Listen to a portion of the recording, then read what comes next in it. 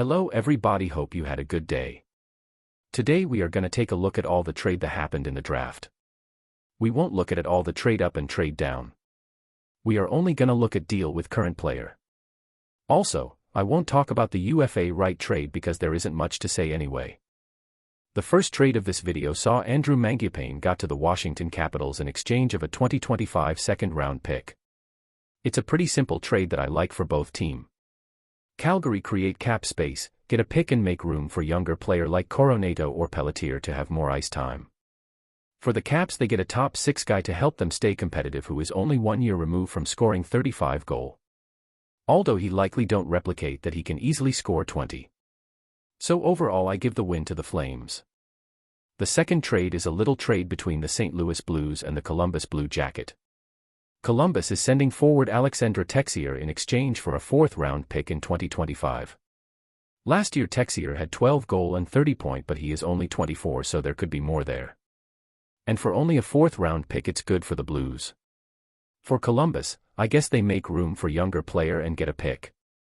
Texier also signed a 2-year worth $2.1 million per year contract, which is fine for his production. The W go to the Blues. The big trade of this offseason. A trade that nobody saw coming, the Mikhail Sergachev trade. He went to Utah in exchange for J.J. Moser, Connor Geekie, a 2024 7th and a 2025 2nd. They also make a ton of cap space. So Utah they get their number 1 defenseman lockup for the next 8 years. Best case scenario, Sergachev solidifies himself as a number 1 D-man and get Norris consideration. But at worst he stay a really good number 2. As for Tampa, the best case scenario, Geekie become a first-line player and Moser end up being a good top 4 D-man. And at worst, Geekie is a bust and Moser stay a bottom pair D-man. In conclusion, the trade is fair, but the tiebreaker is the risk, so I give the win to Utah. This trade also include the Tampa Bay Lightning. They send Tanner Janet to the LA King in exchange of a 2024 4th-round pick and a 2025 2nd-round pick. I really like this deal for Tampa. They shed cap space and were able to recoup some asset to replenish their prospect pool. No, not a single chance. Those picks are going to be flipped next trade deadline. As for the LA Kings, it's meh. They get a physical bottom 6 player. But they had better and cheaper option without giving up on draft capital via free agency, like a Ryan Lomberg or Nick Cousin. So the win go to Tampa Bay. The next trade saw the St. Louis Blues traded Kevin Hayes to the Pittsburgh Penguins with a 2nd-round pick. For the Blues it's a cap dump. But they didn't really needed the cap space, so it's a bit weird.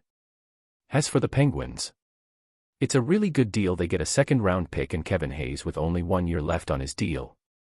If he played just okay, he could be flipped at the deadline for a late-round pick. So the win go to the Penguins. This next trade came straight out of left field. The Vegas Golden Knights traded Logan Thompson for a 2024 3rd-round pick, a 2025 3rd-round pick, and that's it. It's an absolute steal for Washington. They now have a really good tandem with Charlie Lindgren. And even better, they don't even adds up to $2 million. As for Vegas, why? Just why? Even if he ask a trade, do like usual, say no and keep him. Or an other crazy idea, get a better return for a good starting goalies under league min. So yeah, I let you guess who win. The final trade of this video also include the Vegas Golden Knights. And with this trade their losing streak end at 1. They give up Paul Cotter and a 3rd-round pick in 2025 in exchange. The New Jersey Devils gave up Akira Schmid and Alexander Holtz. Let's start with New Jersey. They get a mid-round pick and a relatively young bottom 6 forward on a cheap deal. And that's about it. For Vegas, what a steal. They get Schmid, who could be something, and with their goalies factory I would not be surprised at all if he become the starting goaltender in the future.